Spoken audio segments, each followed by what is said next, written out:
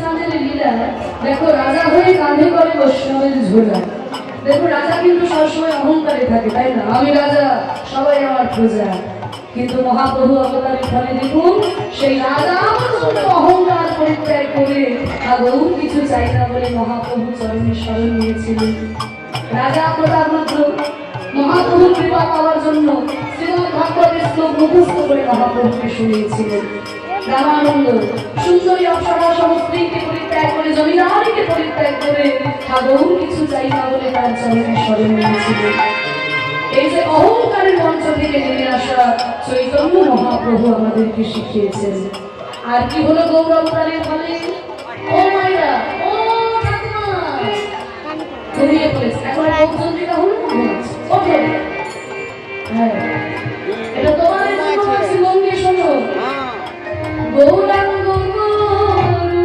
গৌরার কথা এক মুখে কহিবার নারে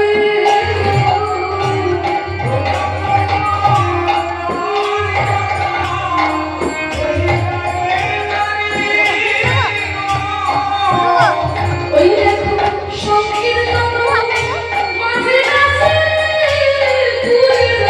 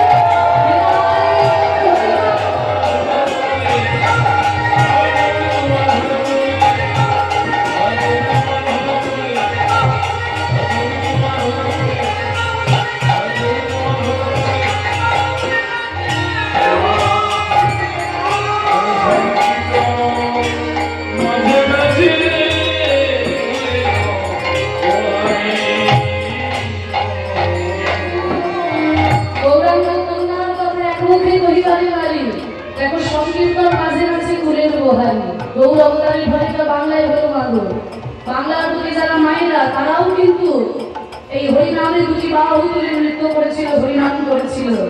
এটা বাংলায় সম্ভব হলো একমাত্র গৌর অবতারের ফলে। তা না হলে মধ্যযুগের প্রত্যেকটা ধর্মেই কিন্তু বাবা মেয়েদেরকে পিছিয়ে রাখার একটা প্রবণতা ছিল। সমস্ত ধর্মেই তৈরি হয়েছিল, কিন্তু চৈতন্য মহাপ্রভুর ভাব আন্দোলনের ফলে এই যে নারী পুরুষ জাতি ধর্ম ভেদ, এই ভেদাভেদগুলো দূরে গেল। তাই তো দেখুন নিত্যানন্দ প্রভুর অপ্রগটের পর মা জাহ্নবী দেবী শত শত ভক্তদের দীক্ষা দিয়েছিলেন। দীক্ষা দিয়ে এই আন্দোলনকে অনেক বড় আকার তারা গান করেছিলেন।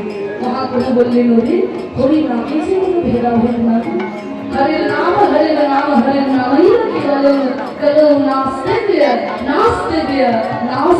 গতি নাই থাম। হরি যদি হরি নাম ছাড়া অন্য কোনো গতি নাই। তাই দুটি বাহু তুলে তোরা আমার সঙ্গে বল, প্রেমানন্দে মেতে হরি বল।